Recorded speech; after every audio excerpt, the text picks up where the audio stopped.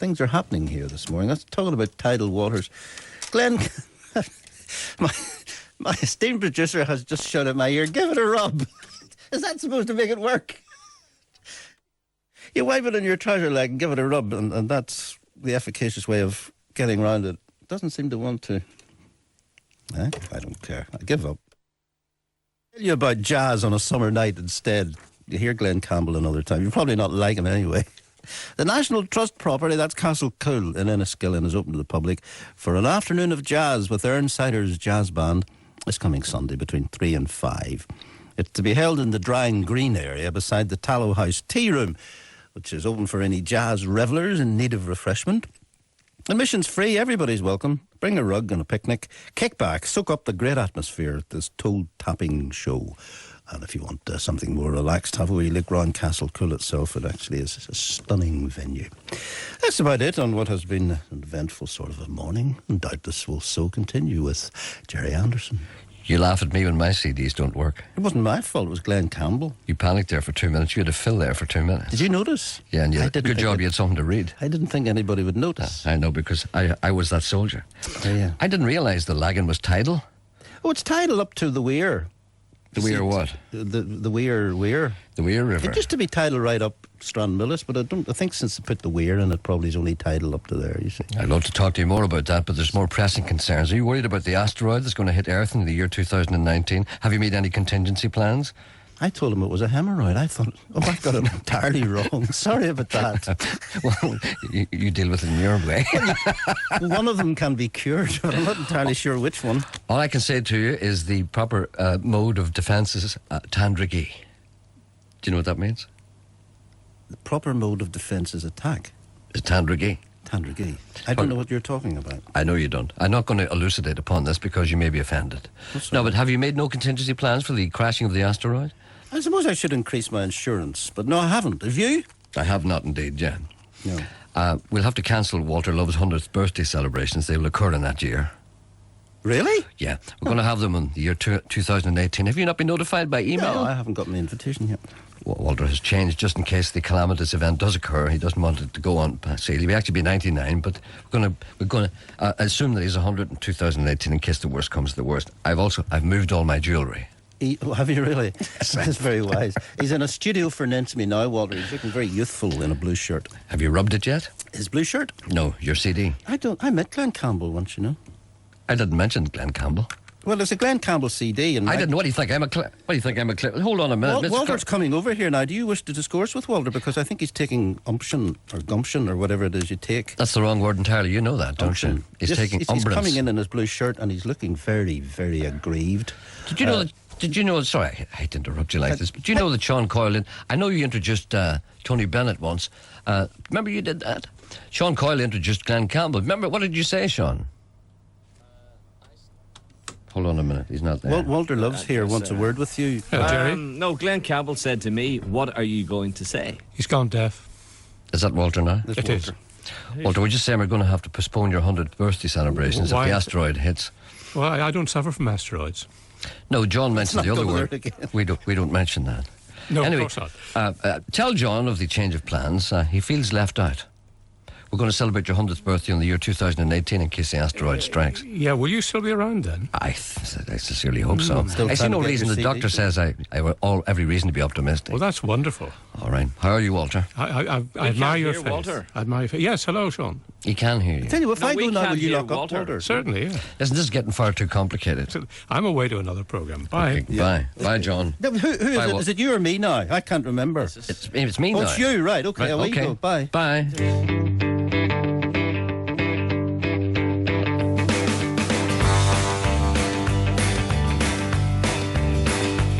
I'm back on board that 49 Ford in 1956. Long before the sun came up, way out in the sticks.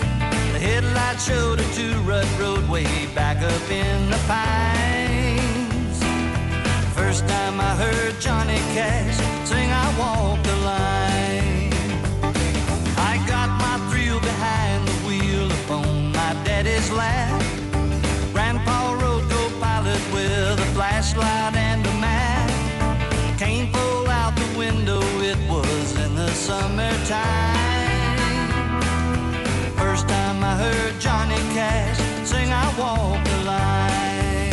I keep a close watch on this heart of mine.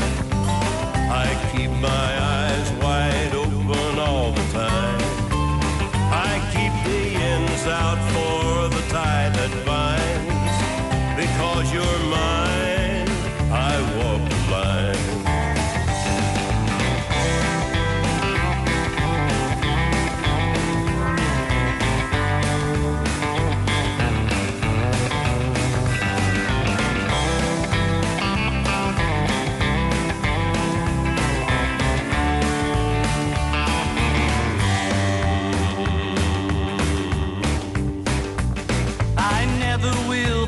That day I know the time and place. It sounded like the whole thing came right down from outer space. I still can see those headlights and that dashboard in my mind. First time I heard Johnny Cash sing I Walk the Line. I find it very, very easy to be true. I find myself alone when each day's through. Yes, I'll admit that I'm a fool for you. Because you're mine, I walk the line.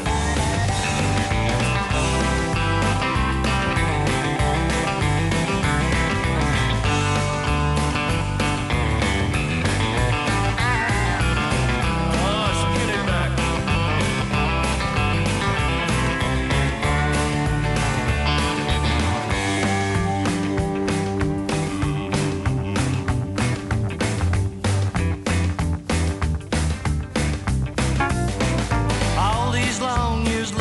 It's still music to my ears. I swear it sounds as good right now as anything I hear. I've seen the Mona Lisa, I've heard Shakespeare read real fine. Just like hearing Johnny Cash sing I Walk the Line. As sure as night is dark and day is light, I keep you on my mind both day and night. And happiness I've known proves that it's right. Because you're mine, I walk the line. Because you're mine, I walk the line.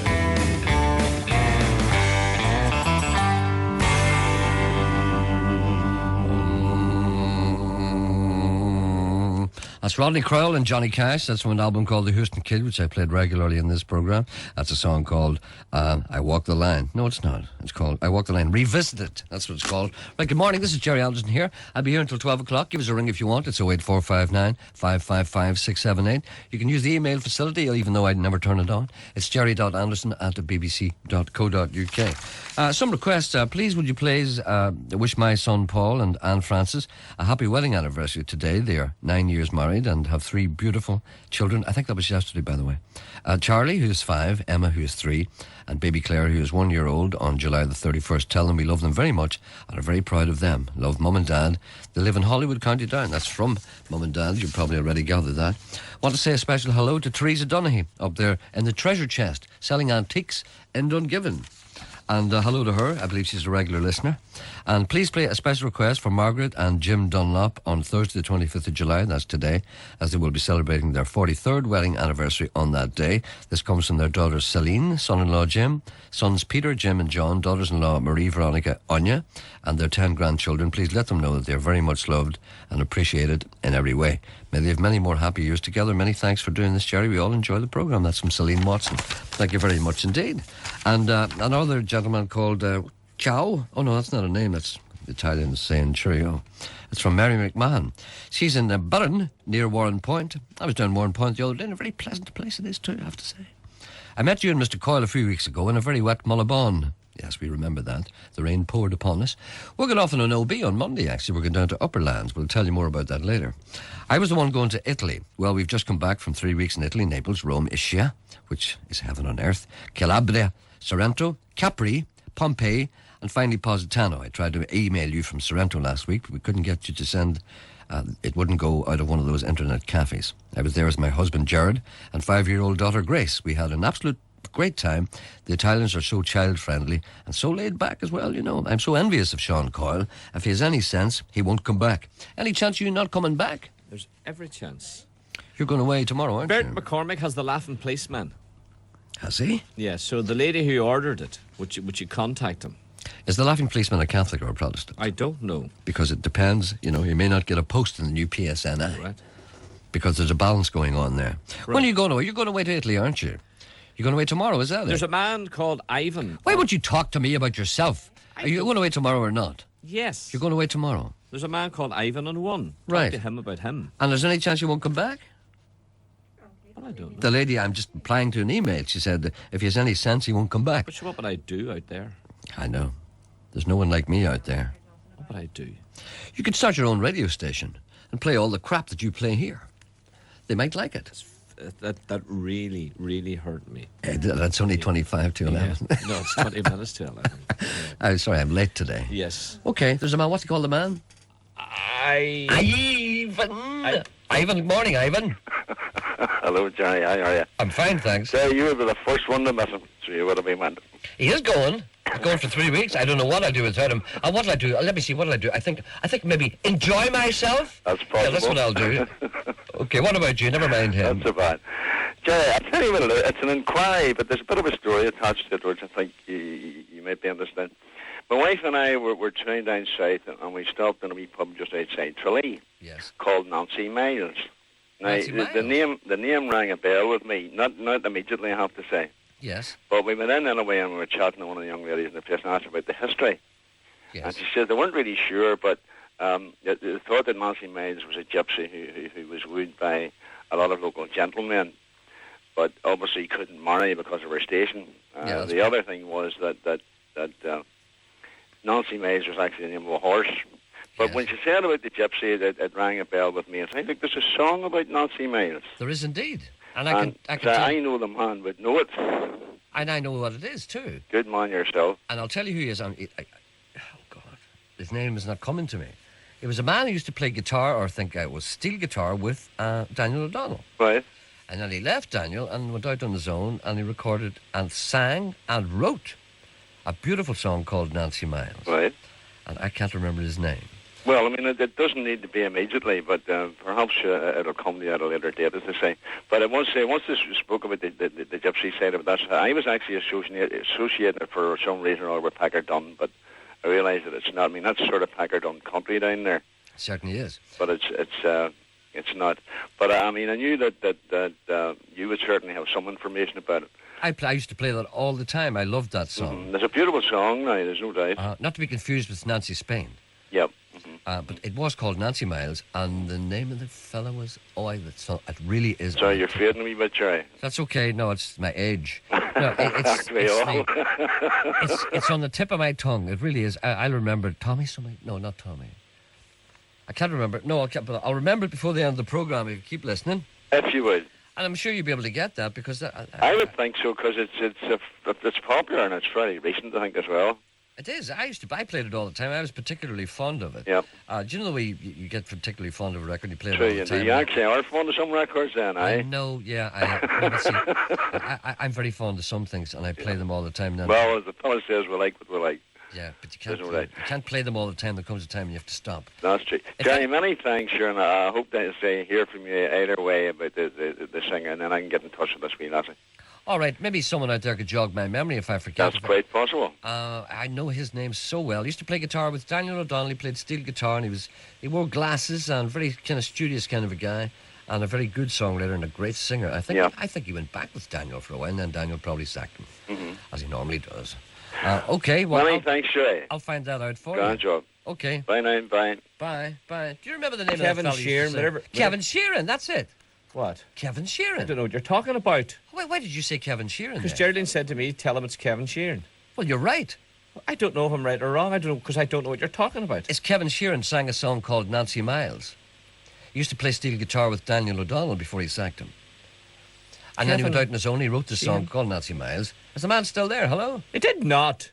Pardon? He did not. He did so. He did not. Well, why did Geraldine say it's Kevin Sheeran? Now that I know what you're talking about, he did not. He did. The man that wrote Nancy Miles is the man that takes his breakfast in the cafe in Spain. I think you'll find that song is called Nancy Spain. Well, who am I talking about? You're talking about the stupid man who wrote Nancy Spain for Christy Moore. Aye. We're talking about something entirely different. A song called Nancy Miles, who was an itinerant gypsy tinker person of old. Well, who's Nancy Spain? Nancy Spain is... Do you know who Nancy Spain was? Nancy Spain was an agony aunt in the Daily Mirror in the 50s, right? Well, who's the boy that wrote Nancy Spain? The fella that sits in the cafe in Spain and listens to this programme. Yes. What's his name? I don't know. I don't care about his... Barney somebody. Barney Rush. Barney Rubble. Barney Rush. Barney Rush. Barney Rush wrote Nancy Spain for Christy Moore. For Christy Moore. Kevin Sheeran wrote Nancy Miles for Kevin Sheeran. Right. I'm glad you're going. Jean's on too. Jean. Hello, Gerry. I'm sorry, Jean, we'll have to fight here. I know you to tell you the word up. I'm sorry about that. Well, what can we do for you? Well, I want to know, you see that Rodney Crowell? What do you call that CD? Yes, Rodney Crowell. Rodney, Rodney, Crowell, Crowell. C-R-A-W-E. Crowell. And what do you call the CD? The Houston Kid. The Houston Kid. Is it out? Of course it's out, yeah. Where's it out? It's out everywhere. It's on Sugar Hill Records. Right, Sugar... that's it. And I want to tell you something. Right, are you listening? I'm listening. My husband took me out for a meal Saturday week for my anniversary. Congratulations. And I was sitting enjoying my meal. Mm-hmm. And what did I find in it? A piece of wire scarring pad. You found a piece of wire scarring pad in your meal? Mm-hmm. I take it this is not an Egon Rone restaurant. I had to go. I thought I was sick. And the girl came, I called the girl over. I says, come here, love, what's that there? She says, it's like a bit of wire scarring pad. She says, would you like something else? I says, I'd like a peach melba. Mm-hmm. What did you find in that? I couldn't eat it. I was that sick I couldn't eat it. So my husband asked for the bill, and she came down. She says, there's your bill. We didn't charge you for the meal. Well, that's very decent of them. That's very good. I mean, that's okay. She says, but we charged you for the peach melba, the 2 drinks and his dinner. And he says, I thought the peach melba was, a complimentary thing, for you not eating your dinner. Because you got the wire in it. Hold on a minute. Right, you got the meal, the main course, yourself and your husband. You found a piece of wire scarring brush in it. Mm-hmm. In your main meal. Yep. Right? Then she said, would you like a peach melba? No, she says, would you like something else? Because of that. I thought she meant, as complimentary, because you couldn't. Well, did she say, would you like something else because of that, or did she say, would you like something else? No, she just said, would you like something else? And you said a peach melba. Uh-huh. So I couldn't eat that, right? And she came down, my husband said, could I have the bill? She came down with the bill, and she says, we never charged you for the meal. For the main meal?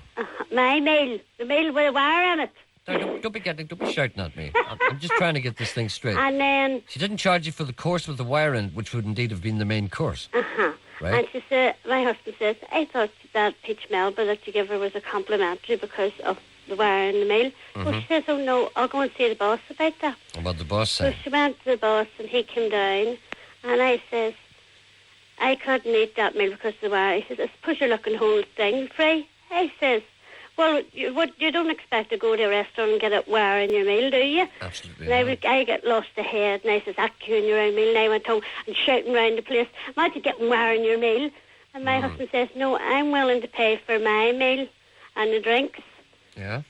So he charged him just for his meal. He didn't charge him for anything else because I think he was worried about me shouting all over the place. Well, that would be a concern. You see him, he came outside and he was looking all around and stood there for about 5 or 10 minutes. He must have thought I was going to tell everybody that went into his restaurant about the wire. Well, you know, when you consider that, he acted reasonably enough, I suppose. I suppose he was a little annoyed. How did you discover the wire? Had you actually masticated? I was sitting eating this, it was like braising steak. Yes. And it was on one side of the plate and potatoes and whatever the other thing was.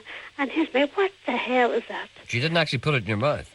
No, I didn't, thank God. If I had it, full of with mouth. You would have got some scare there, wouldn't you? No, he'd have got some scar too. I think the restaurateur, I think he acted fairly honourably, I suppose. Gerry, you're hopeless. Well, what did you expect him to do? I expected him to come down and say, I'm very sorry about that.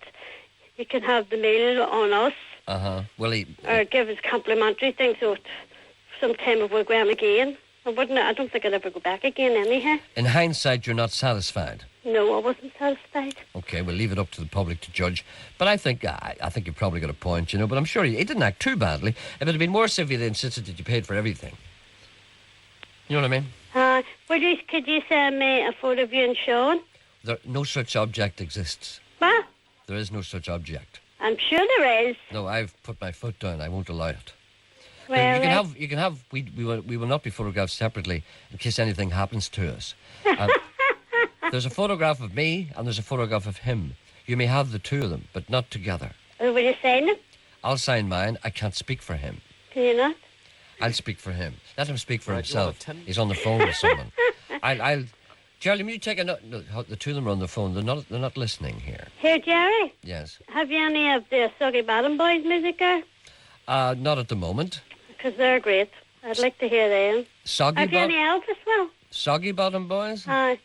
I don't do it. You sure it's not the Foggy Bottom Boys? We're brother, where art they?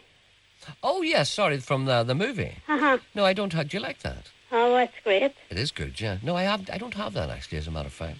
Well, have But- you any Elvis there? I have no Elvis here. of How any could you say, Gerry, well, you're hopeless? description. What? Elvis is in your core. Like, I know that. Can't you see him lying to the woman? It's core 48. Just reach back and reach for Here, 48. Gerry, you know what happened to me last year? What? I always dreamt that I would go to America. Yes. So I went to Memphis last year. Stayed in Heartbreak Hotel. I went to Graceland. That must have been a big thrill. Did you enjoy that? And we went to his planes and we went to Memphis Belle and Sun Studios. And then we went 4 days to Nashville to the Grand Ole Opry. That sounds like a hell of a trip. And what happened? What? We got stuck in America for 5 days. We were due to fly home on the 11th of September. Yeah. Oh my God. And we got stuck there for 5 days. And that's the first time I was ever out of Ireland. And such a time to go, the 11th of September. We went on the 4th and we were due to come home on the 11th. And we got up that morning and switched the TV on and all you could see was the plane going into the tower. And oh my God, we're never going to get out of here. I thought we were never going to go home. Well, what happened the 5 days you were there? Did they look after your expenses? They did. They're very good now. But that's great in a way. I mean, it's an ill will and it does no one any good. You know, it's a terrible disaster, but at the same time, you get an extra 5 days in your holidays. I know, but it was awful for them people. And not only that, we were scared we wouldn't get out of there. And we went down, we stayed in the hotel for 2 days, and then we went down to Nashville. Yeah. And we were going into, what do you call him? Ernie Stubbs, is it? Ernest Stubbs. We went into his shop, the music shop, and what were they playing? What? I want to go home. I met Ernest Stubbs one time. He's dead. He's dead now. Ernest Stubbs and the Texas Troubadours. Mm-hmm. I went to see them one time in Toronto, and I had a wee drink with him round the back. He was an old man then. But what a fantastic big... I mean, I'm not a great country fan, but I really liked him. Listen, were you in the Jungle Room? Oh, it's great. Eh? Was that down where the Opera Mills is? No, it's in Elvis's house. Oh, yes. The Jungle Room. You see, The one with- you see his ranch and all. I know. And we went to Squirrel. Oh, I always dreamt I'd go there. Now I've got photos of it all. That's great. But you couldn't take... you weren't allowed to use the flash. That's the worst thing. I couldn't get things to come out right in the house because you That's weren't allowed right. to use flash. But my husband, he got some of the stuff. And the Heartbreak Hotel, I was in the swimming pool, the shape of a heart. So I've got that all. And I've got me outside Gracelands at the gates. And even went downtown and bought a marker so I could write on the wall that I was there outside. And on the footpath, my husband said, "You're shouting about them graffitiing in Craigavon and you're doing it in America." That's right. You coming from Craigavon, writing on the walls. Listen, you must have found it hard to settle when you came home. I couldn't even sleep. The time difference was terrible. I know. But the heat was great. I could stick that heat. Oh, no, so could I. I wish we had a bit of it this summer. And you see Beale Street, it was smashing. What a great time. You're going to go back there soon. Of course, it'll cost you a lot of money, a trip like that. I know, I'd need to save up right enough. Save away and you go back. No, we'll go back sometime. All Because right, it took me till I was 50 before I got there this year. Or last year. All right, love, here. Where you go then. Right, thanks, Thank you Gerry. very much. All the best. Bye. Bye. Bye. This is nothing to do with Elvis, but I like it anyway. This is Bob Dylan. But it's not really. It's the Red Army Choir.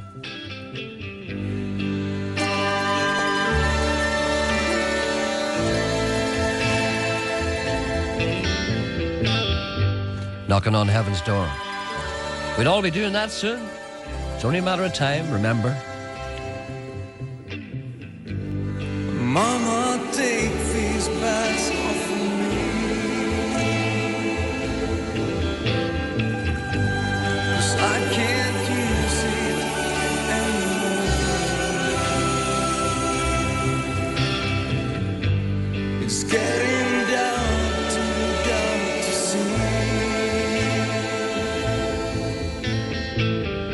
Feels like I'm knocking on heaven's door.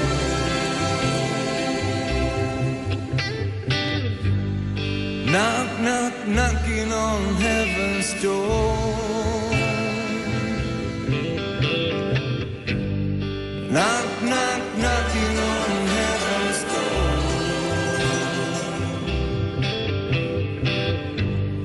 Knock, knock, knocking on heaven's door.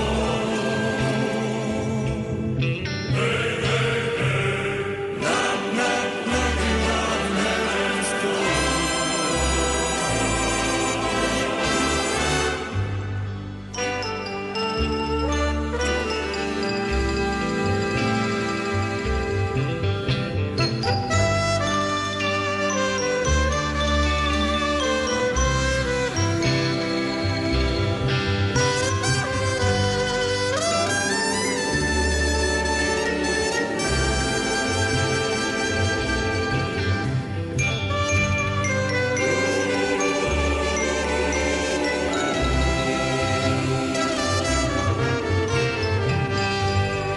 Mama, put my guns in the ground, 'cause I can't shoot them anymore. That cold black cloud is coming down. Feels like I'm knocking on heaven's door.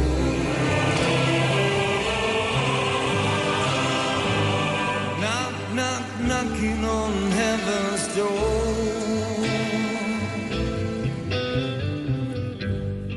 Knock, knock, knocking on heaven's door.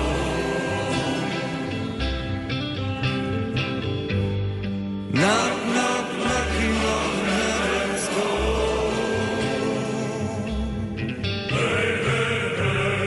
Knock, knock, knocking on heaven's door.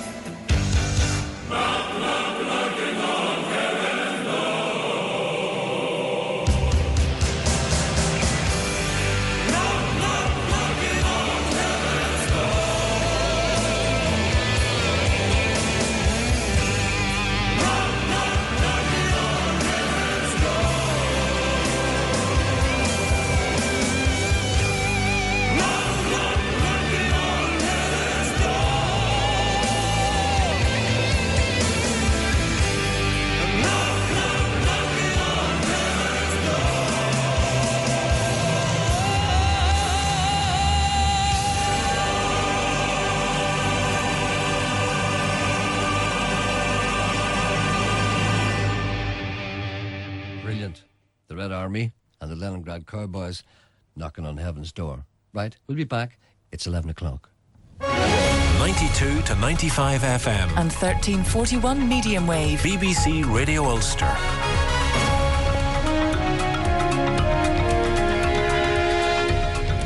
Good morning. With the news, I'm Malachi McCourt. The funeral of murder victim Gerard Lawler is underway in North Belfast. His requiem mass is being held at St George's Church on the Antrim Road. Mervyn Jess reports. Several hundred mourners had gathered outside the Lawler home on the Whitewell Road this morning as Gerard Lawler's flower-covered coffin was carried out of the home and up the road, past the spot where he was shot dead at the weekend. Many of the mourners were friends of the victim, just like him, young people in their late teens. The funeral is now making its way to St Gerard's Church on the Antrim Road, preceded by 2 police motorcycle outriders. On the way, it will pause as it passes the spot on the Floral Road where Gerard Lawler was murdered at the weekend. The spot is marked by floral tributes attached to the metal railings. The Deputy Chairman of the Policing Board says he believes the police are not doing enough to prevent loyalist attacks in Belfast. Dennis Bradley said the paramilitaries had to be taken on if communities were to be protected.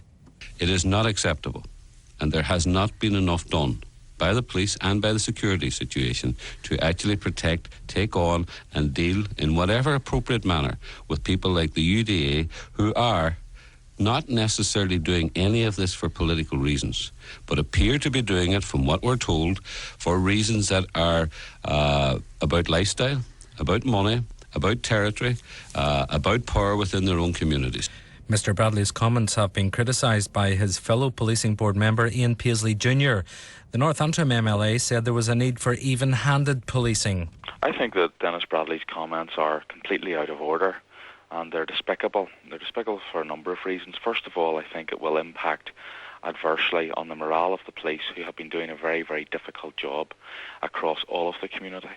And secondly, I think it's despicable because it will undermine the feeling that the unionist community have for the police, as they'll see a senior police board member calling on the police to get stuck in to the unionist community. 2 members of the Kenyan cycling team in Britain for the Commonwealth Games have been caught by the police riding up a motorway. They told officers on the M61 near Bolton that they were unaware of the law that bans cycling on motorways. From Manchester, Kevin Bouquet reports. Since arriving in the UK, George Ochieng and Arthur Kamau have been living at the Athletes' Village in Manchester.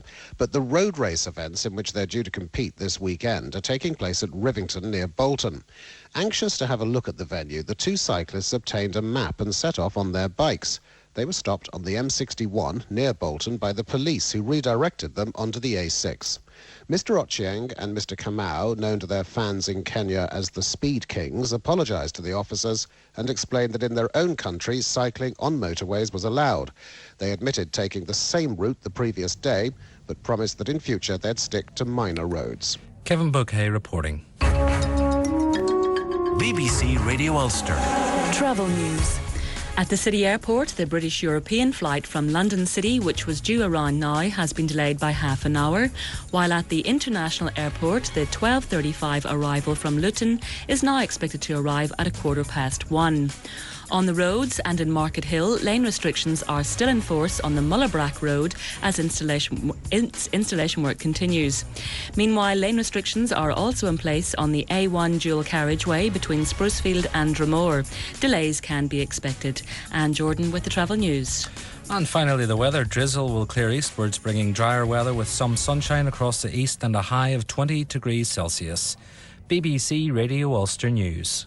Thank you. Welcome back. It's just after 4 minutes past 11 o'clock. I'm Gerry Anderson. I'll be here until 12 o'clock.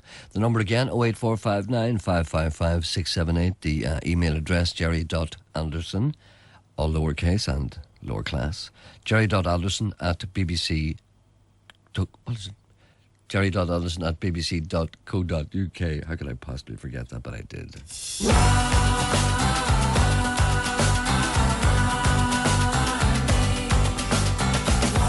This is a cruel and ruthless world.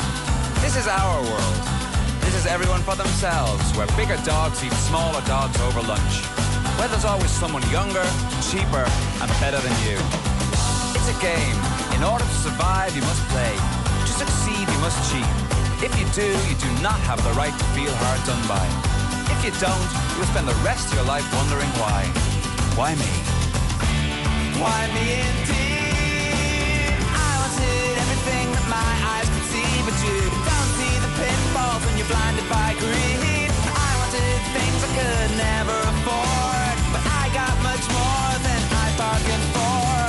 If I hadn't gone too far, if I didn't want too much, if I hadn't pushed too hard, things could have been different for me. If I hadn't gone too far, if I didn't want too much, if I hadn't pushed too hard, things could have been different for me. Sometimes our expectations are far too high, and we lead ourselves to believe that love should be indestructible, when in fact love is the one thing that can completely destroy us. We think that we deserve to get more out than we're willing to put in. We demand honesty, openness and loyalty, which is more than we can bear to live up to. So when love falls apart, we feel that we're the only person in the world this has ever happened to. Oh, why me? Why me indeed? I took a chance and died in your arms when you took me in and you smothered me with your charms. I bit off more than I could possibly chew, and I'd eaten my fill. I was devoured by you. If I hadn't gone too far, if I didn't want too much, if I hadn't pushed too hard, things could have been different for me. If I hadn't gone too far, if I didn't want too much, if I hadn't pushed too hard, things could have been different for me. We cannot bear to admit defeat. We cannot take the pain. We are prepared to take the risks, bask in the glory of our own success. We are not prepared to wallow in the depths of our inadequacies, so we look for someone else to blame.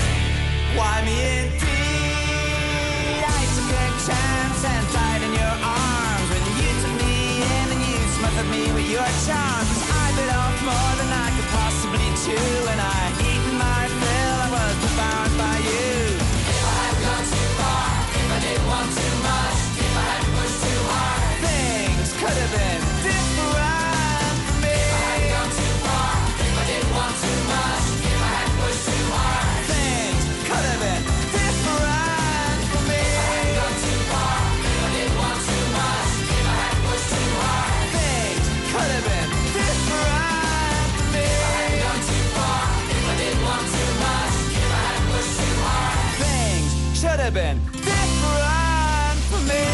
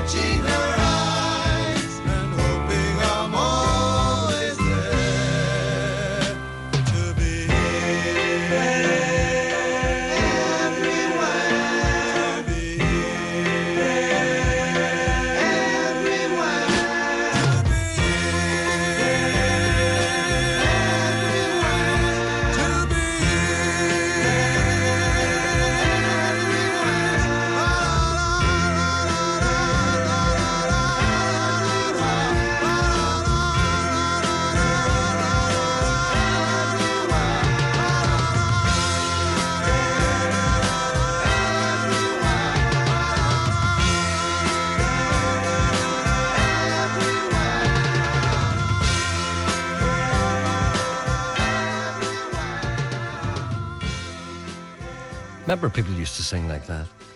Don't sing like that anymore. That's an old one. That's Here, There and Everywhere. The Beatles, of course, that's by a band called The Happenings. I'm sure that's from the late 60s or early 70s. I don't have a date for that.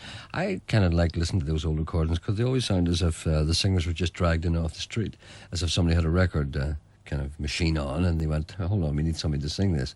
And they opened the door and said, oi, come here. Can you sing a bit? All right. So they go in and they sing. And before that's a different kettle of fish entirely, a great record from a band from Dublin called A House, and it's called Why Me? And there's an album coming out shortly from then. If I could find it, I could tell you what it was, but of course I can't find. What? There's a lady waiting 22 minutes to speak to you. That seems an unconscionably long time. And she's turning to you for help, Okay. and you're turning your back on her. It's Lucy. I didn't know anything about her. You just told me. Well, I was kind of clairvoyant. I told you at 10 minutes to 11 that Lucy was waiting. I know, but I didn't. And you put on the Leningrad Cowboys. Yeah, but I didn't listen to you. Okay. Right. Why Me? That song, the first song we played after the break, was called from that band from Dublin. It's called. They're called A House. Yes. It's taken from a forthcoming album, which is out at the moment. It's called The Way We Were. Of course, you're not the slightest bit interested in any You of told us that yesterday. I know, but I think it's important to say again because people were asking me about it. Margaret and Noel Kinnan are twins. What about Lucy? I'll get to Lucy in a moment. They're from Southway. Is that Southway as we know it here in I our don't Derry, Stoke, know. Londonderry? Yes, Southway, we listen. think. The two of them, the twins, are 13 today. Happy birthday. Do you remember Pio McCann and the twins? Do you remember that? Yeah. Stop it. Do you remember that? We do. But what about wee Lucy? Greatest programme I ever heard. Pio McCann's a good friend of mine from Oman who's broadcasting on an independent radio station. I think it was somewhere in Oman, wasn't it? Or wasn't No. Don't snap at me if I get things wrong. I'm just talking off the top of my head here. It was in Letterkenny. Yes, Highland. County Donegal. Yes. And do you remember the time in Neighbours when there was twins there? Remember the two girls? What were they? But you can't remember their names. Excuse me. Go on. I never watched Neighbours. Oh, you never did? I'm sorry. No. This is too... It's beneath you. Yes, Anyway, it there is. was a time, a few years ago now, when there were twins. Remember the two girls? They were very attractive. I used to have fantasies about them. Because they're identical. You know what I mean? Do you know what I mean? One for the price of two. You know what I mean? You can't stick your nose up at that. You were such a big fan of Neighbours, and you dragged me when we went to Australia to Ramsay Street, where and we watched them rehearsing or shooting an episode, Yeah. and the security men and the actors and actresses came run down the street and told us to clear off. That's how wonderful the people in Neighbours were. Well, they didn't know who we were. What? They didn't Sure, know. then when we went back, didn't the producer or a producer of the programme come out and threw us out of the building? He said, how dare you arrive here without an appointment? Get out, he says. I know, he threw us Oh, out, wonderful series, Neighbours, yeah. Well, I never held that against them, to be honest with you. I mean, I've been thrown out a lot of places, but, I Do don't you mind. wonder Hugh Jordan never picked up on that one? You getting thrown out of Ramsay Street and out of the television studio. I know why you're doing this. Yes. Yeah. I hope Hugh's listening. I know, because you're going away tomorrow. Yes. And you want that to appear in the Sunday World on Sunday. Yes. I deny it. We were asked. I was there. We were asked to I leave. was thrown out along with you. We were asked to leave. Indeed, that is true. He was very angry, the producer. He was I didn't like him. He was a man under pressure. You see, Kelly had gone to Brisbane, and he was pulling his hair out because he didn't know. He came down. He says, how dare you arrive here? How dare you arrive here? He says, and we said, but we're from Ireland, and we'd sent faxes and all sorts of things. It was a saying misunderstanding. We were arriving, and you expect us to arrive here with your little recording machine and talk to Kylie Minogue? Get out! He was a man under pressure. He shouted at the security men, throw them out. We said, we're employees of the BBC. I don't give up. And he said a few Australian words. And they threw us out. They did indeed. I remember it well. Oh, you don't have to remind me of that. It's one of the low points of my career, I have to be honest with you. What about Lucy? I'm talking about Pio McCann and the twins. What about Lucy? No, I'll get to Lucy in a moment. Please, go to the people Lucy. want to know about Pio McCann and the twins. They want to know about Pio McCann and the twins. Now, Pio, I hope he doesn't mind this, but Pio was very excited. He will mind. He wasn't excited. No, he was very excited because, I would have been excited too because at that time the twins out of Neighbours were a very big deal indeed. And he was brought. Well, you let me finish. You should stop interrupting. this now. I'm trying to save your hide. You didn't save my hide when the producer threw me out of Ramsay. He threw me out along with you. I know, but where were you? You should have been protecting me. I was on the ground first. Anyway, it was a very big deal And Pia was broadcasting from a supermarket in Letterkenny, County Donegal, thriving, booming town, just across the border from where we are here in Derry, Stoke, Londonderry. And it was rumoured, not rumoured, but trailed that the fact the two neighbours, the two girls, the two twins and neighbours, would be appearing at the supermarket that very day whilst Pia was there broadcasting live. So Pia was faced with the possibility of interviewing the two twins from neighbours, and I would have been excited, I have to tell you, for more reasons than one. First of all, broadcasting first, and secondly, they're not bad-looking twins, I have to tell you. And thirdly, there was a possibility of a wee drink after up at the hotel, and how's your father, and you never know. You see, anyway, I happen to be listening. That's as far as you're concerned. You're not speaking on behalf of... I'm not speaking on behalf of Pio, no. Who's a happily married man. Yes. As indeed I am. I think you should stop now. I think you really should stop. You should now. The hole is deep enough. I want to do Pio. No, the holes begin to fill up. You see, the two girls came in, you see, there's a crowd. And what happened was that Pio got so excited that the two twins came up and he went, "Hold twins, hold twins, hold twins." I like doing Pio. "Hold twins, how you doing, girls? How you doing? Hold twins, hold twins." And they went, "Pardon?" I said, "Hold twins, how you doing, girls? Hey, twins. Tell us this now. One's probably, I know you're twins, and they're probably the same age, but I bet you one of them came out before the other. I bet you one of them older than the other. Why, which one's the eldest? Which one's the eldest?" This hole is so deep. And they went, "Pardon?" And then Lucy. They had no idea what he was talking about. Anyway, that was over. And then the best part of it is that there was an ad break. You see, at this time the word spread around the shopping centre. The twins are here, twins are here, twins are here. Twins of neighbours are here. You see, so everybody came around, and there was a crush in the barrier. You see, so anyway, so P was trying to get the people away from the front of the stage. They were storming the stage, and then the ad break was on. You see, so P thought he was off the air. And then they came back at round about the time when P was trying to get them away, and he was live, and he was getting, "Hey, get out of the front, get out of the front." Shouting at them and roaring and pushing them and all. I thought it was the greatest broadcast I ever heard. Well, twins. How you doing, twins? How's it going, twins? God, good. Welcome, twins. Would you talk to Lucy? I'm smiling now, Sean.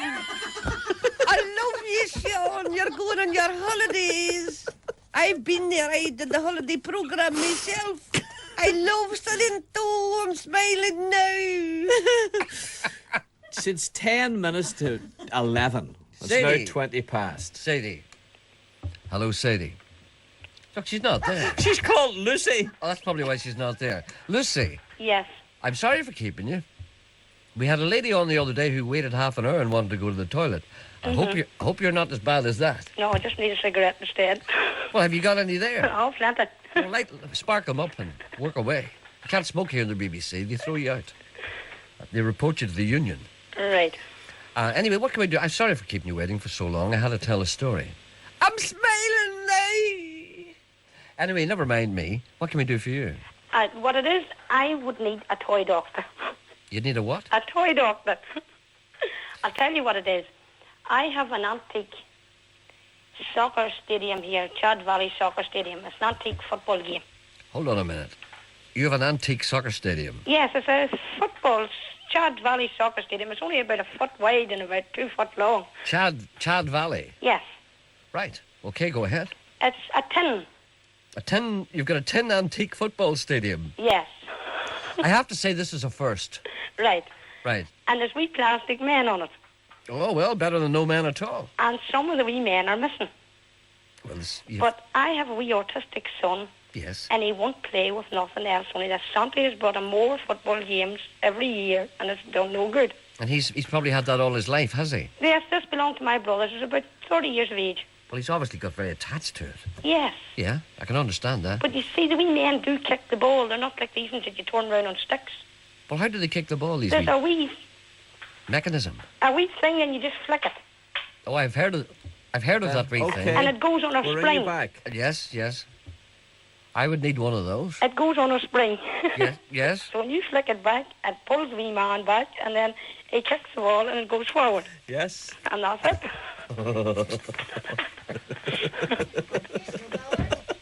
I think we've heard of that wee man. Right. Right. Okay. Stop you in there. Stop it. That's because you're going your holidays doesn't leave you. Doesn't mean you can put me into trouble. I'm here. vulnerable. Good to Brisbane then. So everybody in Neighbours goes when they're in Will you trouble. turn me off, Yes, please? all right. Sorry. Okay, so you need the wee man to flick. I need some of the wee men missing, and I would need somebody to try and get me wee men to fix it. Okay, you need a wee man to flick. All right. So, Chad Valley? Yes, Chad Valley, CHRD Valley Soccer Stadium. Chad Valley Soccer Stadium. Have It you was any made idea- in England. It was, Printed on it. it was made in England. Well, Yes. I'm just wondering where Chad Valley is. You have any idea where that is, or what is it? It's an unusual name for... that may be, in my ignorance, that may be some well-known football team's ground, for all I know. But I ain't got a clue. Oh, that's okay. It doesn't matter. I'm sure somebody will ring in and tell us anyway, one way or the other. They always do. So, have you any idea what the make of it is, or how old? No, it's just printed made in England on it. It's tin and plastic, so... Tin and plastic. Yes, the most of it was tin, and then the wee man was made of plastic. Mhm. Some of our own have fixed it with a bit of binder twine, I see. Binder twine. Don't sneer at binder twine. Binder twine's pulled many a man out of a hole. So, how long do you think you've had it in your possession? I mean, how old do you think it is, I mean? It's about 25, 30 years of age, about our family this year, because the eldest of my family's 50. Mm-hmm. 70s, maybe early 70s. Mm-hmm. Well, maybe somebody might have one of those lying in their attic with their little man intact. Yes. Okay, well, it's worth a try. Or indeed somebody maybe who had an old toy shop or something like that. Maybe if something like that lying in the attic, they may just jog a memory and may say to themselves, well, I remember seeing one of those there up around the back of the store there, boys. I have never seen one on the boat before. Woolworths, they sell Chad Valley. Exclusively. Woolworths sell Chad Yes. Valley exclusively? Yes. Right. Have you any more detail on that? Well, what more detail can I offer? For instance, what is it? There's what? a detail. What do you mean? What's what? Chad Valley means nothing. Chad Valley football game. The girl explained it to you. The wee man's pulled back. So the Woolworths do that exclusively. The Chad Valley They do the football. Chad Valley range. Well, so that's been going for a long time then. Did you Yes. know that, Lucy? No, I did not. You see. Well, it's Woolworths. They do it exclusively.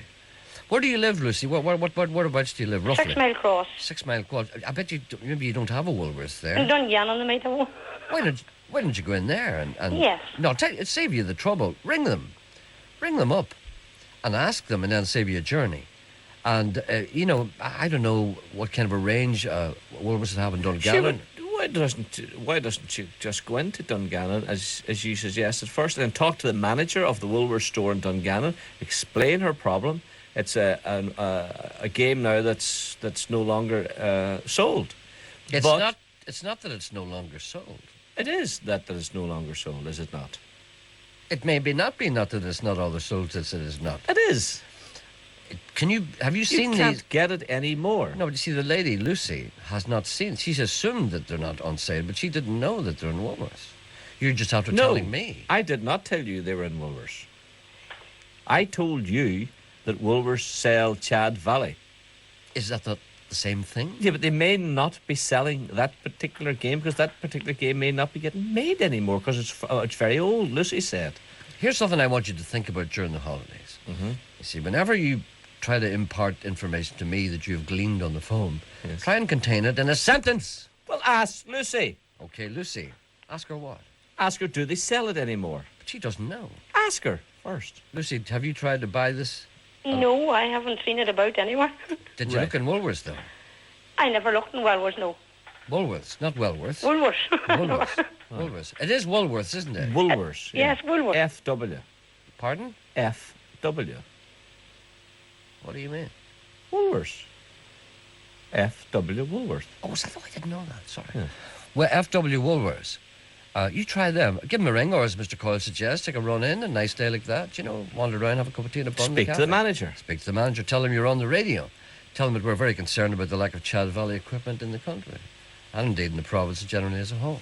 And tell him that, if he does not comply with your wishes, he should be lashed to within an inch of his life.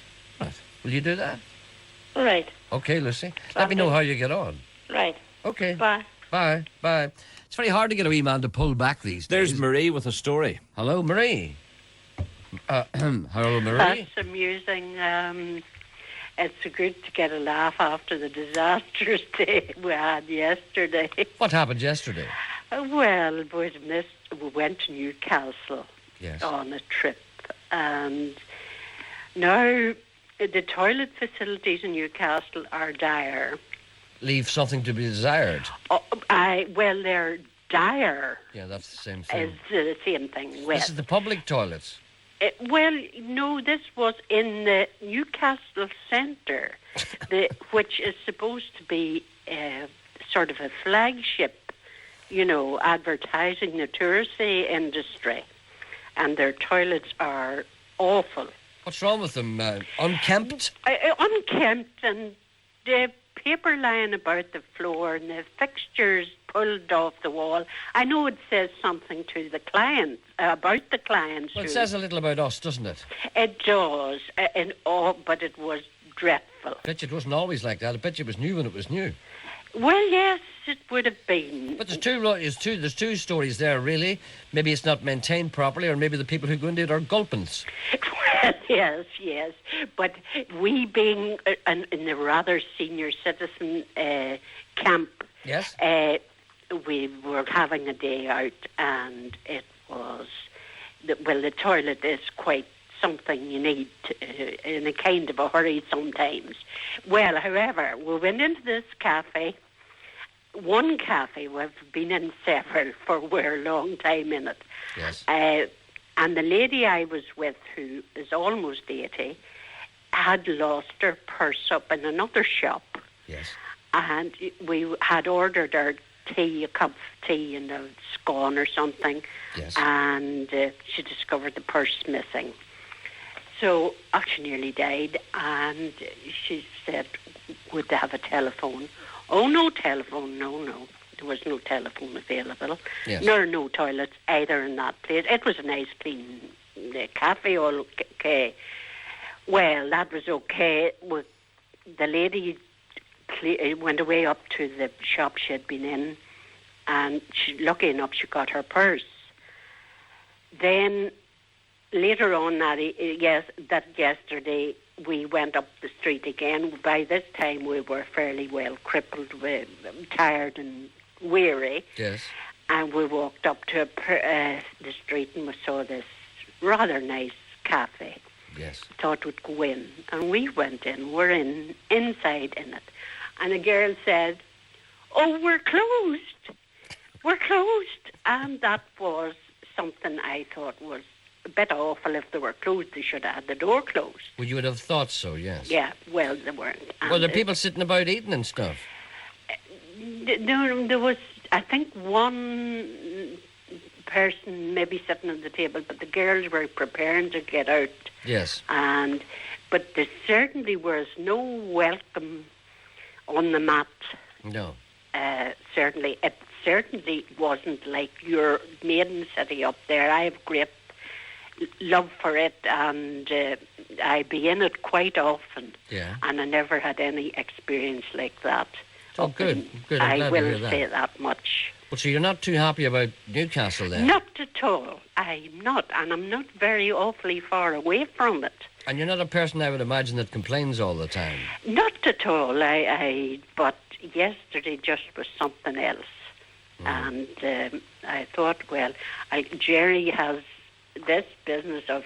Lucy was on there, and it was highly amusing. And I thought, well, Gerry likes an odd complaint now. No, you do right, because, I mean, where else are you going to go? Yeah. You know, so... And you do get things moving. Well, I hope these people are listening in Newcastle. I hope they get their act together. Well, definitely, that centre, I was really very disappointed in it. All right, then maybe somebody will do something about it. Yeah. And indeed, when a person closes a cafe, they should close the door. They should close the door. That was really... At this time, it was 5 o'clock, and apparently they closed at 5, but there was no indication to us when we were going in that it closed at 5. It was just this very unwelcoming voice said, "We're closed." In actual fact, they weren't closed. No. We were in it. In other words, get out. Get out. That's not good enough. And I can assure you, you wouldn't go back to it. All right then, certainly not. Yeah. All right then. Well, thank you for your complaint. Well, it's good to get things to get off your chest, because these people. I was only home from Yorkshire, and everywhere. We had been in East Yorkshire, Beverley and York and the Jorvik Centre and all this sort of crack. And everything was so beautifully clean and nice and all the rest. And then coming back to our own I know. Grottsville, Yeah, and really. People being cheeky and everything. Yes, All right, exactly. then. Well, thanks for ringing us. Yeah, okay, Gerry. Okay, love, thank you. Right now, bye. Bye, bye. It's good that people get these things off their chest. Hello? Hello? Is there someone there? Lavinia. Where would she be now? Yes. On one? Yes, well, Lavinia? No, she's not. Hello? No, there seems to be some kind of... Lavinia's not there. I can work that one out for myself. All right. She's not there. Well, will you talk from because I've got a very important person who wants to talk to you. I'll talk away. Well, turn me off till I get this important Turn person. you off and then I'll talk. Yes. Hello to Margaret McKillop. No, I did that already. Hello to Christine and Sarah O'Halloran. There's another set of twins. Must be the water. They're 22 today. Happy birthday. That's from their mummy. Right, that's 2 sets of twins. And this is one, I want to get this right because this is a lady. Her name is Maurice and George Brigitte. The two of them are French. Good luck in I think they're living here. Good luck in your own home. With love from Phyllis. That's to Maurice and George Brigitte. Maurice is female. I hope I pronounced that properly. Hello to Rose and Eddie Rogan from Maureen. And hello to Raymond Hughes, who phoned us. Oh, sorry, that's a wee personal message. Sorry, I'll be reading out my electricity bill next. Happy birthday to Wendy Morton. Please play the I have no idea what that is. It's a squiggle. Please play the don't know. Hello to Alice Fullerton from Brea. Can you please play Stroke City Girls for Sue in Cookstown? Well, I've played that a couple of times. I don't really play it all the time. It's kind of annoying the people. Please play Five Little Fingers by Frankie McBride or the Mavericks for Geraldine Mulholland from her husband Paul. 5 little fingers touched my hand. Get the famous person. The famous person who phoned gave me the wrong number. So if the famous person who phoned... I suppose this is terrible to ask a famous person to ring again. Who's the famous person? I'm not telling you. Go on. No. But this is a man who needs your help now. Is this famous person a person from Northern Ireland? Right. No. Is this famous person a person from England? I'm not going any further with the conversation. Just say yes or no. I won't. It's the yes/no interlude. Is this person in the entertainment business? Yes. Is this person a singer? No. Is this person male?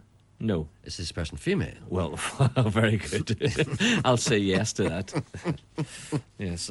There are a number of possibilities there. But there's... Even if the answer was no to both those questions, I can still give you 3 names. There's Kieran. Does this person fancy me in any way? Yes. Narrows it down to 100 or 2. Okay, we'll go just talk further. to the man. Yes, hello? Hello. Oh. Hello, Gerry, how you doing? Have you a radio on there, sir? Just turned her off now. Yes, please do, because it's fairly serious. Terribly sorry about that. That's quite all right. How are you to know? Right, go ahead. What can we do for you? Gerry, I know you're not a golfer. Absolutely not. I know that. Well, not everybody's perfect, but that's okay. Someday you might pick up the game. Tell me this and tell me no more. Yeah. See, when I go amongst a crowd of golfers... Yes. And they always say the same thing to me. Do you play golf yourself, young fella? And I say no. And they say, why? I say, because I don't like it. They get annoyed. They get annoyed. Yeah, but maybe, have you tried golf? No, all I have to do is look at the people who play it. Oh, no. You meet some great people out there. You switch your mind off your work and you'll go to 19th hole and you'll have a bit of fun and... it's something I'd say you probably enjoy. You probably have the physique for it. No. You see, I'm quite happily content within my own skin. I have no difficulty switching off. I don't have to go to the 19th hole, talk to a load of men in pink sweaters. Right. I don't have to do that, Right, well, and I don't understand why they don't understand that.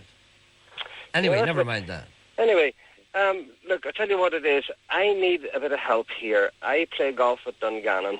Yes. Kieran Kelly from Cool Island. Yes. I play with Shane and a fellow called Malcolm and Rodney, and I have difficulty getting around the golf course playing 18 holes.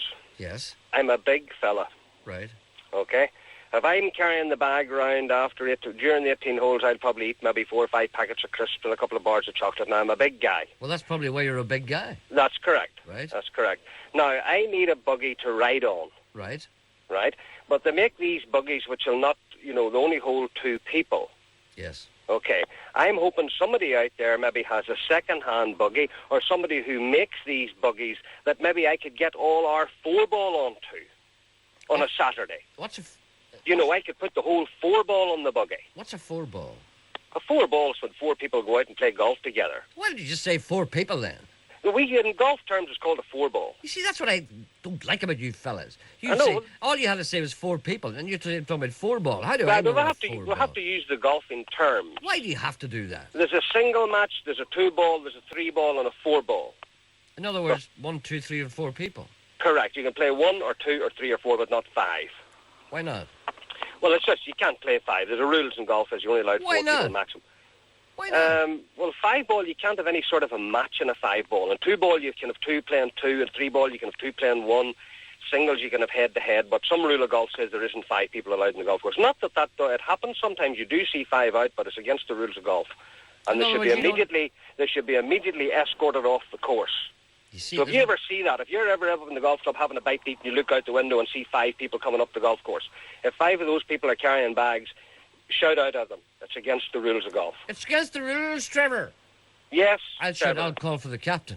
Trevor, come here. Here's 5 men with bags. Sorry, you must come off the course, please. Leave the course immediately. You'll have to come off. You've got 1 bag too many. But listen, Gerry, I need a buggy that's going to get me around the golf course that I can step onto, put my sandwiches and my crisps and all onto it, and it'll maybe hold 4 of us.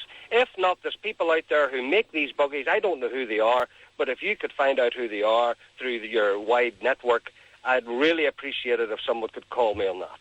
I'd really appreciate it. Okay, well, And look, anytime you're up around Dungannon, you're very welcome to come up and use the clubhouse facilities, and we'll get you a drink and a bite to eat, and maybe Alistair down the shop will maybe give you a lesson and get you started on the game of golf. That's a kind offer, thank you. And who knows where that could end up.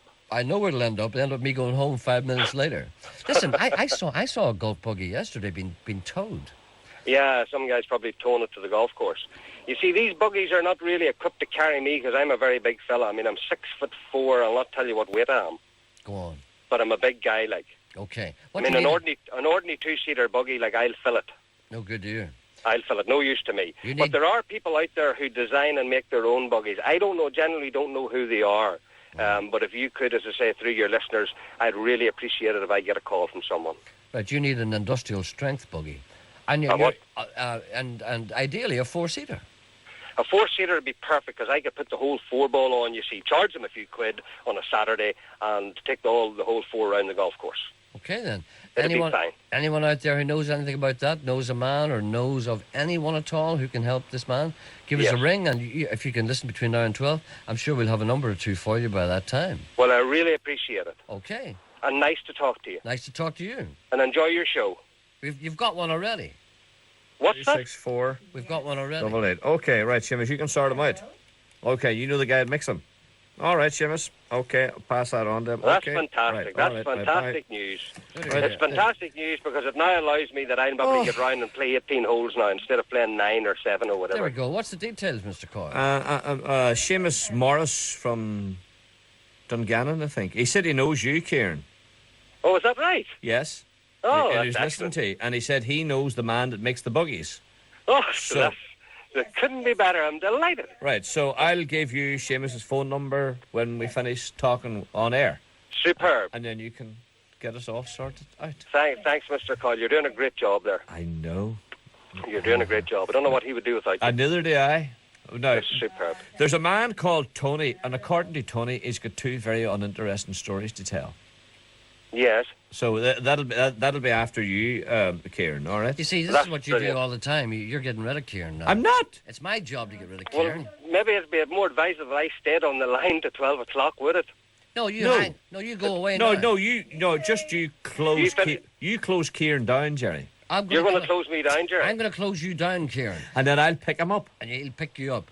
Well, that's superb. And give him the phone number. He'll pick you up when I close you down. Pick me up when I close you down. Remember, Gerry, and you can take Sean with you if you want to come to Dungannon sometime. You'll enjoy the facilities. It's a great spot and a great clubhouse, and you're very welcome. All right. Sean doesn't play golf either, does he? Oh, yes, he does. No, he's a member of a club, but he doesn't play golf. Oh, yes. If you ask any of the people that play with me, they would agree with you. I don't play golf. That's very good. Yes. If you ask the people who play with me, they wouldn't say I play golf. That's really fun. I'm the worst golfer in the world. A bit like myself, then. Just. A bit like myself, yeah. These are the conversations. These are the type of conversation that makes me never want to go to a golf club. Yeah. Do you want to hear Tony's uninteresting stories? Yes, Kieran, thank you very much, sir. We'll pass that on. What's to you. Kieran on? One or two? He's on. Gerry, one. thanks a lot. Okay, bye. Thanks bye. for your help. Bye. Right. Bye. Right. No. Bye. Hello? Hello. Yes, who's that? Gerry, it's Tony speaking. Yes, Tony, tell How me. are you? Yes, I'm Listen, fine. before I forget, if I got to tell Sean, don't be wearing his shorts when he goes to the Vatican, because he won't get in.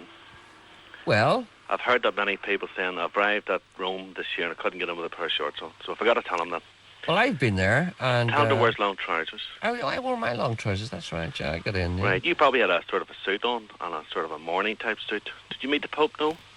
No, he was busy that day? that time making saints. He was making a saint that day. Yeah, right. Do you know the thing? Do you know what, I'm going to tell you something now, and this will be a bit of interest to both believers and non-believers, Catholics and Protestants, wherever you may be. Yeah, sure. This is the whole mythology about people who become saints. Yeah. Like Saint so-and-so, whatever, I can't think of a saint's name. Yeah, well... And I remember doing a documentary just this year. Yeah. For Radio 4 about Vatican Radio. Yeah. You know they have their own radio station. Of course. That pumps out the Pope's message. Yeah, sure. Across the world. Fascinating place. So I went along there with the producer and a couple of other people in Chattanooga. We spent a week there. And it was very, very interesting. But one of the most amazing things that I discovered was I was talking to one of the persons who was in charge of archives. You see? Yep. And she didn't speak terribly good English, and as most of them do, but she actually didn't for some reason. And she said to me, I happened to mention I made some joke about, Could I put in a second here? I'm supposed to tell the boring stories. Oh. Go ahead. No, what are you joking? Yo, keep going. I can turn you off, Anyway, no, this is quite interesting. And I happened to mention to her something about some saint or something. Yeah. And she said, yes, we do all that here. And I said, yes, of course you do. I mean, you decide who's going to be a saint and who's up for being a saint and who has no chance of being a saint. And she said, we have all that, we go through that, constantly update all that. In other words, and I said, that's very interesting. She says, we do it all next door. And I said, what? She said, it's next door. That's where people decide where saints are going to be. Yeah, and I said, you mean next door is where a person decides if it's going to be a saint or not? It probably takes about something like 300 or 400 years, and you've got to be beatified before you sort of get canonized, and that's right. You got to be sort of involved in miracles or something. I think Padre Pio was the quickest saint. He was made a saint there last month. Oh yeah, he was. He made a saint in 60 years. In there like a flash. But listen. No, but hold on a minute. You don't make me stop. I know, but I'm supposed to tell the boring story. I know, but you have plenty of time for you to tell the boring. Let me tell the boring story. I've only been on 4 or 5 times with you. Go ahead. You make me on again, I'll tell you. You see, but she said, would you like to see where it all happens? Yeah, and I had this image. I said, I never thought about this before. There's a room where people they decide if people are going to be saints or not. And I said, I wonder, it must be something weird. And I said, I'd love to see that. Yeah, sure. She brought me into this room, and do you know what was in the middle of the floor? I would say probably 10 pints of milk. A filing cabinet with 3 drawers in it. And she said, "This is where everything is." I said, "Here?" She said, "Yes." And she opened the top drawer of the filing cabinet. She says, "Here's the saints." Yes. And there was a wee file in each saint. Yeah. And I lifted one out. And she says, "You can't read that." And I said, "I'm sorry." So I put it down again. Yeah. And then she opened the second drawer. She says, "These are people who are in with a chance." Listen. Will you stop interrupting me? Don't put him on again. Right, Lavinia. And the third drawer, he said, "These are people who have no chance." And I looked down. Do you know who was in it? Churchill. Churchill. St. Winston Churchill. Anyway. Listen, come here. If you would have met the Pope. Listening. No, I am listening, right? What? If you would have met the Pope, right? You could have told the Pope about the two Jewish tailors. You waited all this time to tell me a joke? No, you told it on the radio about the 2 Jewish guys. Did I? And one goes to heaven. And when the other guy gets to heaven, he says, "What's Jesus like?" And he says, "He's a 38 wrestler." You could have told that to the Pope. He might have liked it, right. actually. I forgot that. You forgot that was very good. Listen, come here. I'm not going to keep it back, right? It's all right. I was in Connemara last week on a Monday, right? And we're driving up to Clifton and we're listening to Derek Davis on the radio. Now, the gist of the conversation goes like this. They were all sort of whinging about there was no tourists around, which there actually wasn't, you know. And everybody was ripping off all the tourists that were coming down south. Yeah. So the whole thing was about B&Bs overcharging different things, etc., etc., etc. Yes. So this guy come on anyway. He says, listen, this is a load of rubbish. He says, I'm sure there are some people that overcharge, he says, but I've got a guest house in Spittle. Yes. He says it's got 4 or 5 bedrooms, all en suite, and he says we charge €25. And he says, to tell you what we do, we never charge for single supplement. Derek says, that's brilliant, etc., etc., etc., right? Mm-hmm. So anyway, he says, what's the name of this guest house? And he says, this is the Arnmore Guest House in Spittle. He says, listen, you got a free ad anyway, you know. So the next day, we were listening to Derek Davis on the radio again, and this woman was on the phone speaking about the same subject. Yes. And she was saying, I agree with that fella yesterday. And Derek Davis says, what guy, you see, he says, we checked him out, he says, and he doesn't have a bloody guest house in Spittle. We couldn't get him. It was a spoof phone call, you know. Mm-hmm. So just to let you know, you can't believe everything that people. I learned that you learned it years ago. Listen, before I go, right, I have an idea, right? Do you know the way people that ring you up and say, would you play a record by, say, for example, Rawhide? Yes. And then some guy talk about Gill somebody. Yes. Right? Now, I believe if you could sort of try and get the BBC, right, to commission you, yes, right, a programme. Yes. That would actually, if some of these guys are still alive, and I'm sure the likes of some of those Rawhide guys probably at that time were in their 30s, are actually still alive. Oh, sure they are, yeah. And I think that you should actually go and, you know, for people to ring up and say, oh, what happened to, say, for example, Gil Yates or whatever it is, that played Roddy, whatever it is, in the something or other. And you should actually go and sort of make a programme and source these people out. The only thing about that, you probably discover that most of these people are sitting clutching bottles in Santa Monica. Yes. In a small hotel. Well, possibly. I mean, you might even find one in Connemara. That's a good idea. One could be living in the Burn, you know what I mean? Sure, I met David Soul in the Europa Hotel sitting at the bar drinking a pint. He didn't recognise you, did he? No, a fella. Did he recognise anybody? No, I'll tell you what happened. A fella, not unlike yourself, a smart arse. A fella decided to play a joke on me. I arrived in, the bar. I didn't know anybody there. Yeah. I just walked in, and this fella came up to me and he says, "What about you, Gerry?" I said, "Hello, how are you?" He said, "Would you sign an autograph?" I said, "Of course, no problem," because I'm not normally asked to do that kind of thing, and I get embarrassed. Yeah. And I said, "It's for this fella over here, but he's a bit shy." Yeah. And I said, "Okay." He said, "Come on over and say hello to him." Yeah. And I went over and this guy sitting with his back to me. You're joking. You see, and I said, "Hello, what about you, kid?" I said, you want an autograph?" And the fella turned around and said, "No, not really." It was David Soul. Right. Out of Starsky and Hutch. He obviously didn't recognise you at all. Of course he didn't. I turned around to the other fella, I said, and he was laughing away. You see, Yeah. he'd done that. That's typical humour, I thought. Yeah, Very of course. embarrassing. Then I had to explain to David Soul, I'm sorry about that. It's just You didn't tell him that you lived in Hollywood as well? He bought me a drink, actually. Very good. Very good. Well, listen, thank you for that idea. I might take it up. Actually, I think that's a good idea. And for anybody there who there's people that I would be thinking of saying, I wonder what happened to that person. They probably just dropped out after being sort of fairly famous, Yeah. I mean, what happened to Blue out of remember the fellow out of Bonanza, was it? Or out of the other one? Ponderosa. Ponderosa. What happened to him? Yeah. So, but see, the only thing is, I have to warn you that knowing the BBC the way I do, probably Hugo will end up doing it. Yeah, but I mean, it's like something you could finance yourself. Like, doesn't George Jones have talkback or talk thing? George or Hugo will end up doing it. Yeah, Mm-hmm. you know. Well, listen, thanks for the crack. Okay, I'll be on with you soon. Listen, tell Sean have a nice holiday. Okay, I will indeed. He's very touched by your concern. And tell him don't be wearing shorts going to Vatican. Okay, he knows that. And if he meets a Pope, tell him that one about the 38 regular. Yeah. I thought it was very good. Okay, I'll tell him. See you, bye. He probably wasn't listening. Okay, bye. Bye. Did you hear that joke about the two Jewish guys who went to heaven? 4 or 5 times. Laura's on one. One of them says the other. I know, What's Jesus like? He's a 38 regular. Yeah.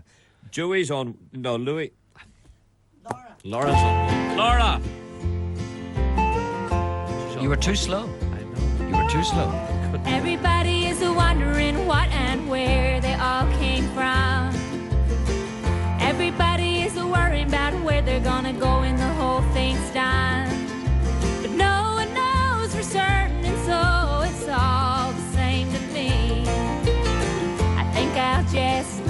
the mystery be. Some say once gone, you're gone forever, and some say you're gonna come back.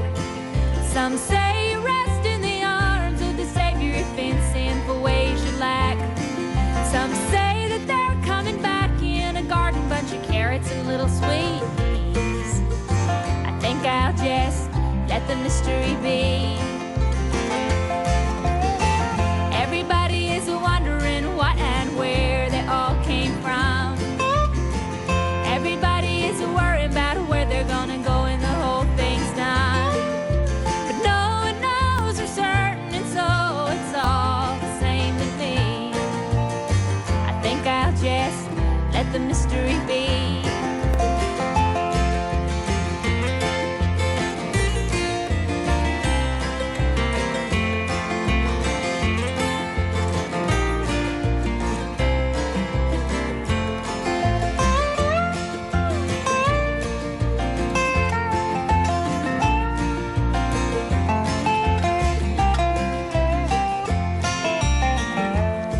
Some say they're going to a place called glory, and I ain't saying it ain't a fact.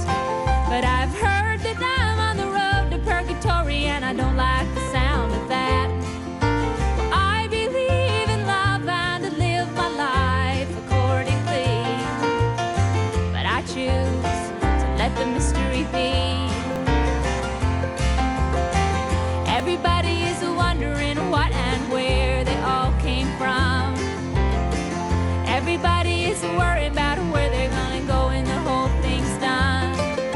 But no one knows for certain, and so it's all the same to me. I think I'll just let the mystery be. I think I'll just let the mystery be.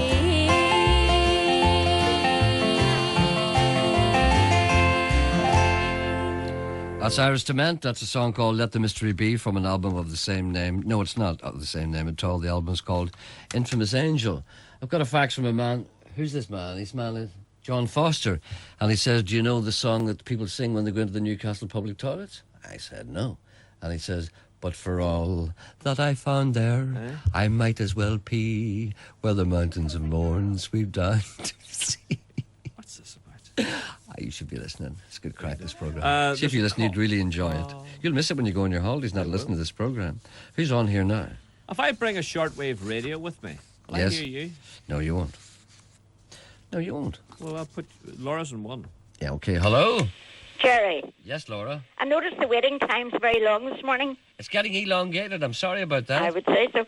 No, I want to say to you that I won tickets for St. Patrick's Centre in Downpatrick on the rickety wheel. Yes. Remember? Yes, I do. Well, we went yesterday.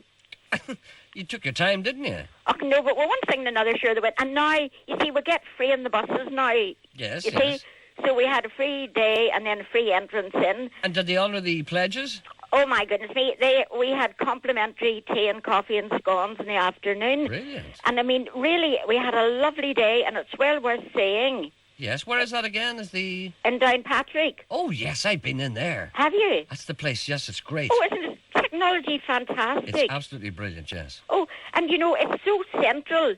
I mean, I thought it would have been on the outskirts, but it's actually sort of just at the main street. Right in the middle? Right in the middle. And they treated you well, did they? Absolutely. They treated us like ladies. Okay, which indeed you are. Exactly.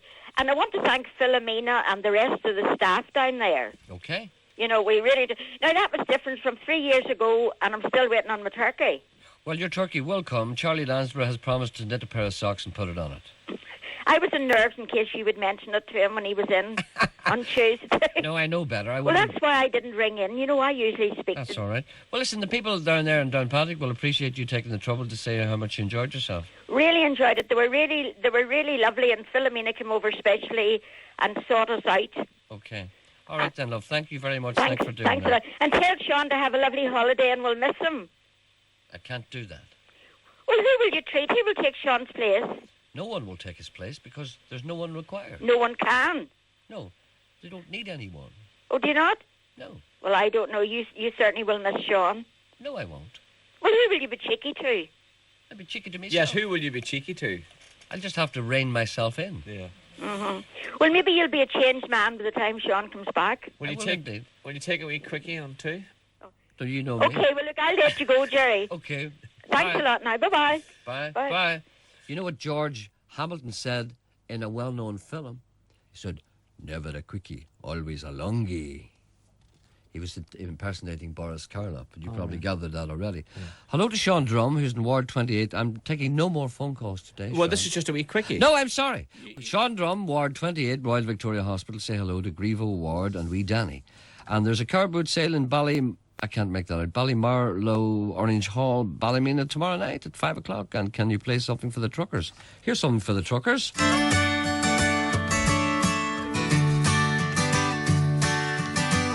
This is Bob Dylan's son, Jacob Dylan. Where did you go? I thought I knew you. What did I know?